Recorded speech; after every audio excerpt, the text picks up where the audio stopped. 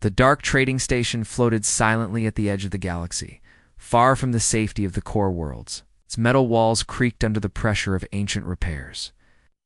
Inside, the air smelled of rust, oil, and alien spices. Hundreds of species moved through the wide market corridors, tall, armored predators with sharp teeth, sleek hunters with curved claws, and heavy-built creatures that moved like walking tanks. And among them, the Valari. The Valari were small, delicate-looking beings. Their soft fur was pale silver, their hands thin and trembling. Their big dark eyes darted nervously from shadow to shadow. They carried small crates of trade goods, spices, fine fabrics, and crystal trinkets from their homeworld. Compared to the predators around them, they looked fragile, harmless. Food. Taro, the leader of the Valari crew, walked carefully. Through the crowd, his head lowered. The predators laughed as they passed. "Watch your step, little mouse," a hulking, fanged warrior growled, pushing past him. Taro didn't respond, never responded. Valari had learned long ago, you survive by being silent, by staying small. Still, there was a tension in the air. Inside the cargo bay, Taro's crew worked quickly to unload their goods. The hum of machinery filled the space, along with the faint thump of heavy boots from the corridors. Rina, the youngest of the crew, whispered to him, "They're all looking at us." Taro didn't glance up. They always look. Just keep moving. But this time, it was different. At the far end of the docking bay, a group of massive armored aliens stood together, watching. Their black android armor gleamed under the station lights. Were hidden behind predator masks, but everyone knew who they were. The Kareth, a predator clan feared across the galaxy. They didn't just hunt for food, they hunted for sport. Once they marked prey, they didn't stop until every last one was dead. And now, their glowing eyes were locked on the Valari. Rina's voice shook. "Taro, they're not just watching. They've chosen us." Taro didn't answer. His mind was already moving fast. The Karath were merciless. If they wanted to hunt, the station's rules wouldn't protect the Valari. The clan would wait until they were in space, then attack. The other Valari and the crew felt it too. A cold fear spread through them. Every one of them knew the truth. In the history of the galaxy, no prey species had ever survived being marked by the Karath. But the Valari had a secret. It was a secret no one else knew. A truth that kept them alive through countless hunts over the years. To outsiders, they were weak and helpless. In reality, "We're leaving," Taro said suddenly, his voice firm. The crew froze. "Now," Rina asked. "Yes." "The faster we're off this station, the faster we control where the hunt begins." They loaded the last crates in silence. Outside, the Karath didn't move, but their presence felt heavier, closer. As the Valeri's small transport ship powered up, Taro's eyes scanned the docking cameras. He saw the Karath warriors splitting into two groups, some heading to their own ship, others moving deeper into the station, maybe to block escape. "Roots. They're playing with us," Taro muttered. The airlock sealed. The hum of the engines filled the ship. The Velar launched from the station into the cold, star-filled darkness. Almost instantly, their sensors screamed, "Predator ships." For Karath warships were fanning out ahead of them, blocking every escape path. Their black hulls absorbed the starlight, their blood-red markings glowing faintly in the dark. Rina's hands gripped the console. "We can't outrun them." "No," Taro said. "We never outrun them." He looked at each member of the crew, his voice low but steady. "You all know what to do, just like last time." The Valari nodded. It's not with fear, with something else. Something the predators never expected to see in prey. The Karath hailed them. Deep, growling voice filled the cockpit speakers. "Little Valari, the hunt begins. Run." Taro didn't reply. Instead, his hands moved over the controls, setting a course. The predators thought they were chasing frightened prey. They had no idea. The Valari had been preparing for this. Outside, the Karath ships began to close in, their weapons locking on. Inside the Valari ship, The lights dimmed, and a quiet hum filled the air. The sound of something old, dangerous and hidden, waking up. And somewhere deep in the galaxy, the predators were about to learn. Prey can be far more dangerous than they look. The Predator clan ships floated around the trading station like dark shadows. Their hulls were jagged, painted with the marks of past kills. Inside the station, the Valari gathered quietly in a small storage room. The smell of metal and fuel filled the air. Every sound outside, footsteps, laughter, the hiss of airlocks felt like a threat. Tari, the leader of the Valari crew, stood near the door. His fur was pale and thin, his frame small compared to the predators outside. His eyes were sharp, scanning every face in the room. "They think we are afraid," Tari said in a calm voice. "That is good. Fear is our armor." The younger Valeri shifted uneasily. Luma, the youngest of the group, whispered, "But this time, they are different. I heard they hunt for sport." Tari's whiskers twitched. "That makes them predictable. Predictable enemies can be beaten." Outside the Predator clan's leader, a massive scale-covered warrior named Gorak, entered the station's main hall. His claws scraped the metal floor as he walked. His voice echoed through the public speakers. "Valari," he growled, "you have been chosen. Tonight the hunt begins. There is no escape. When the cycle ends, you will all be dead." The announcement made other species in the station keep their distance. No one wanted to interfere. In this galaxy, prey being hunted was entertainment to many. Tari turned to his crew. "We have one cycle to prepare.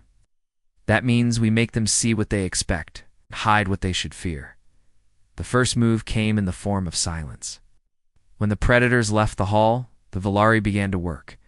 Quickly, Luma and two others carried small crates to the maintenance tunnels. They placed them in corners behind panels, anywhere the predators might pass.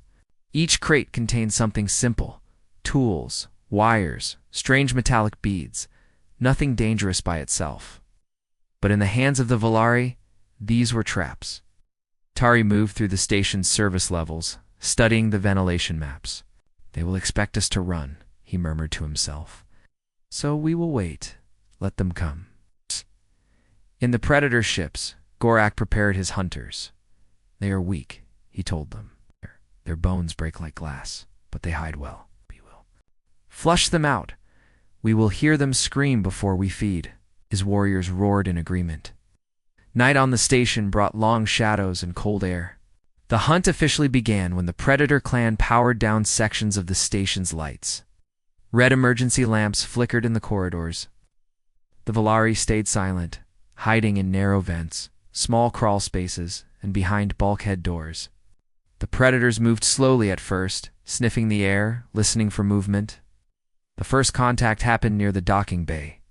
A predator opened a storage crate and triggered a small device inside. A sudden burst of light and sound filled the air. The hunter roared in pain, clutching his eyes. By the time his vision cleared, the Valari were gone. "Just tricks," Gorak snarled when he heard the report. "Keep going." But the tricks grew more dangerous. One hunter stepped on a loose floor panel and fell into a shaft, his leg breaking instantly. Another tried to chase movement in the vents, only to have the vent explode in sparks, burning his hands. The Valari still hadn't fought directly. They didn't need to yet. In the service tunnels, Luma whispered, "Tari, this could work. They're getting slower." Tari nodded, but his eyes stayed cold. "Slower is not enough. We must make them think the hunt is turning in their favor before we strike." Outside the tunnels, the predators regrouped. Gorak was growing impatient. "They are prey," he roared. "Yet they make us bleed. Find their nest. Now." Two hunters finally cornered a small group of Valari in a maintenance bay. They laughed, baring sharp teeth. "End of the game," one growled. But when they stepped forward, the bay's floor gave way a trap door. The predators fell into a sealed storage tank below. The last thing they saw before the hatch slammed shut was Tari's calm, unblinking stare. The Valari disappeared again into the shadows. By the middle of the hunt, fear had shifted. It was no longer the Valari who feared the darkness. It was the predators. Every shadow could hide a trap. Every silence could be bait. Still Gorok pressed on. His pride would not allow retreat. Tomorrow, he told his hunters, we end. This, they can't hide forever, and when the cycle ends, their secret will be buried with them. But Tari, listening from the vents above, allowed himself a small, cold smile, because the Valari's real secret was not their traps, but it was something far older and far deadlier. And tomorrow, the predators would learn it. The predator warship's shadow loomed over the small cargo ship of the Valari. Inside the dim control room, the crew stood still. Their antennae twitched. They could hear the predator engines humming through space like a deep growl. Ow. 3 ships circling us, Lethra whispered, her voice shaking. Kara kept his eyes on the console. They're not attacking yet. They're watching, playing with us. In predator culture, hunting was never quick. The strong liked to stalk their prey, corner them, and let fear weaken them before striking. It was a cruel tradition, one the Valari knew too well. Crackled through the cums. It was deep, slow, and mocking.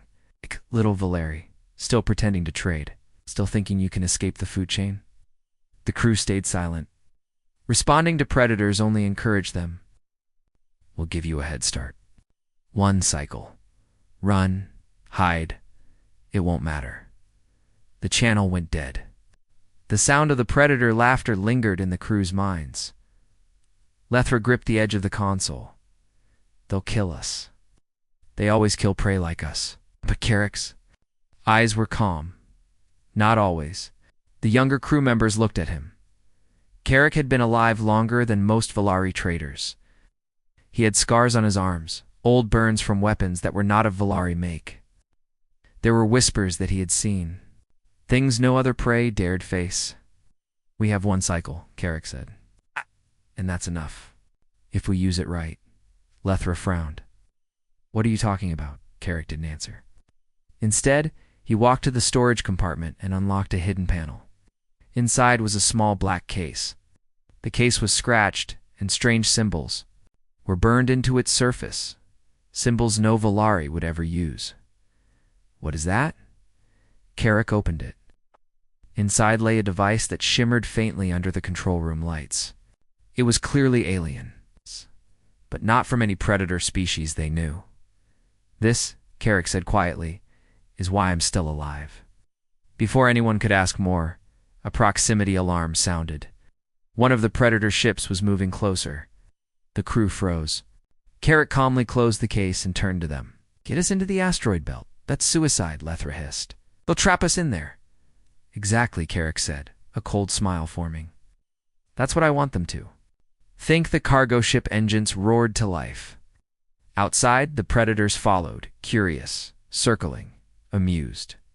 To them, this was sport. They didn't know they were walking into something else entirely. In the asteroid belt, shadows danced over jagged rock and drifting ice.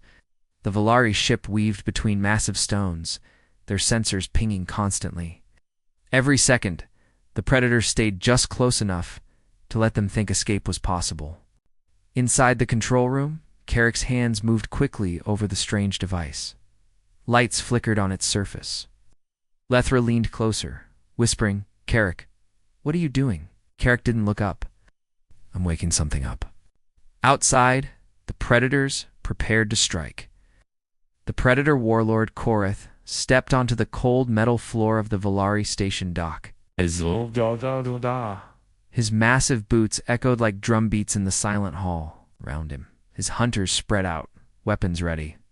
Their fangs gleamed under the dim red lights. The Valari were already waiting in the cargo bay.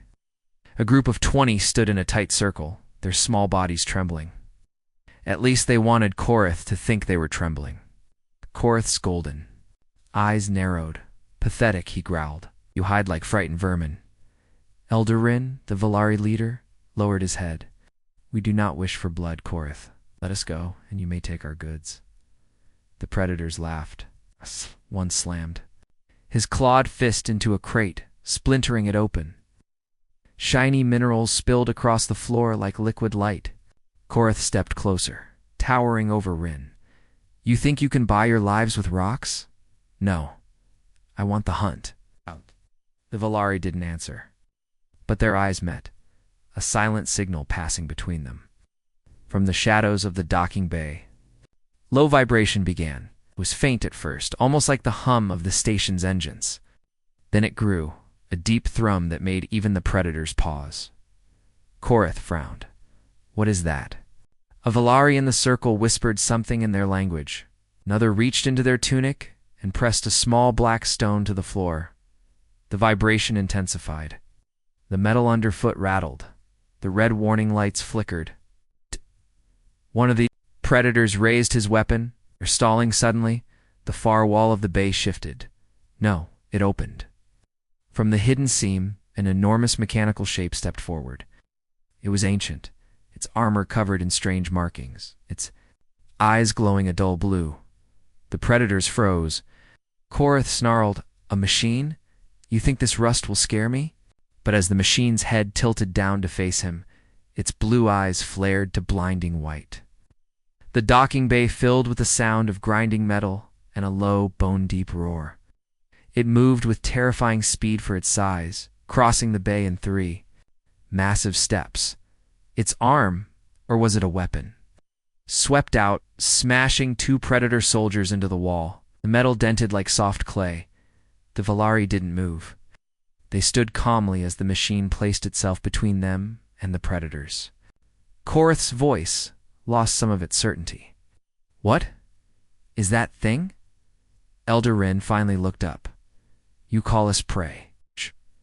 But in the old tongue of our people, we are keepers. Keep the guardians sleeping until the hunt comes for us."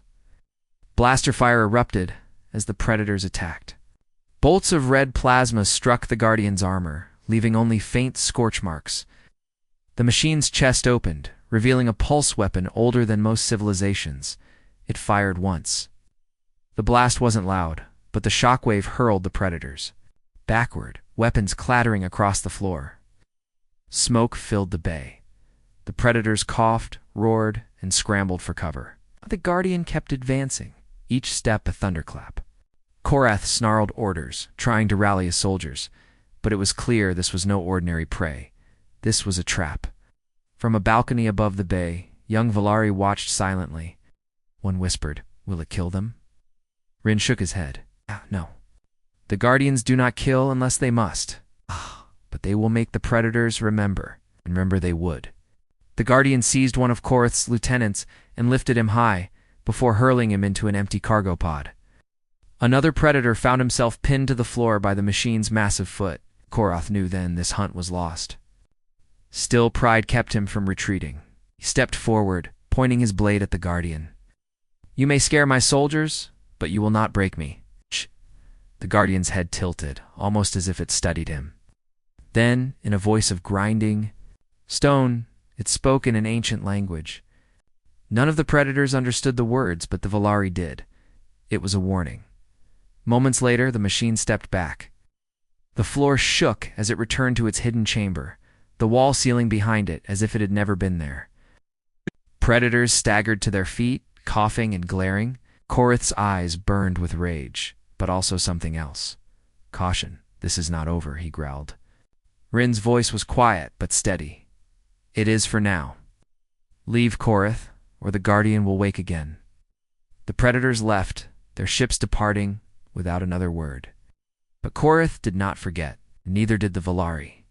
That night, deep in the asteroid station, Rin stood before the sealed chamber of the guardian. The machine's eyes were dark once more, its body still as stone. "You've kept us safe again," Rin whispered.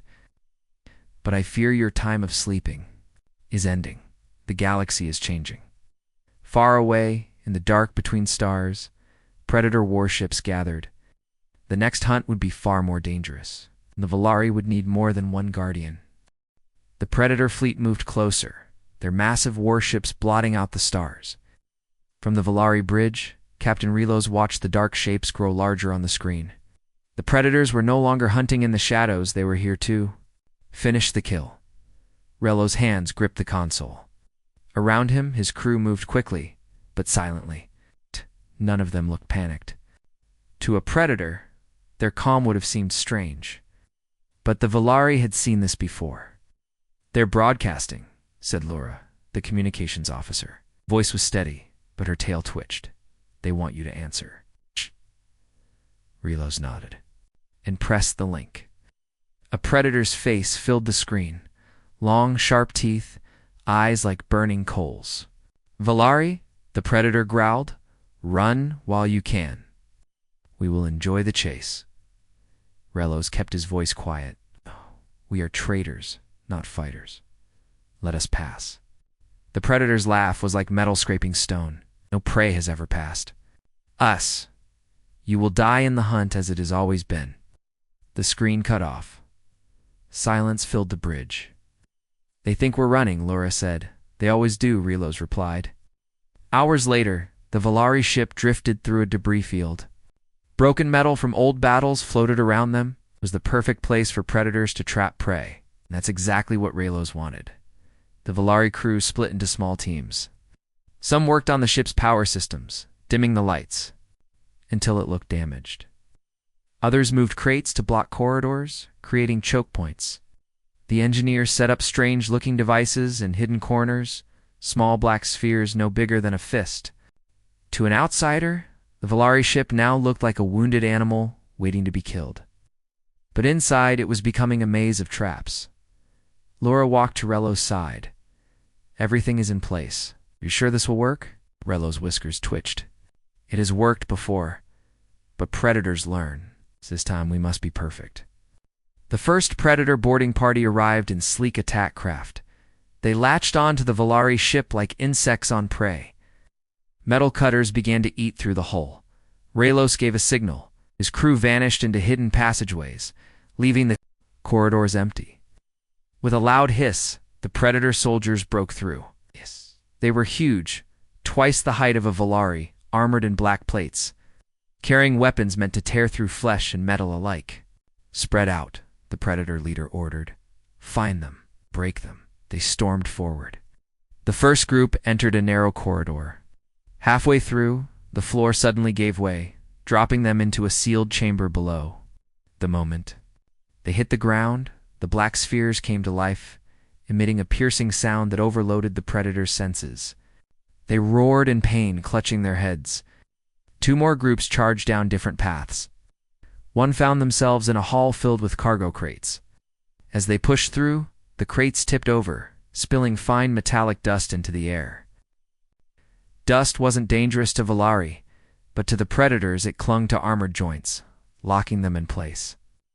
The third group forced open a door, only to find darkness and silence. Then, dozens of tiny Valari drones dropped from the ceiling, latching onto their weapons and tearing them away. The predators swung their claws, but the drones were too fast. Ow. On the predator flagship, the commander watched in disbelief.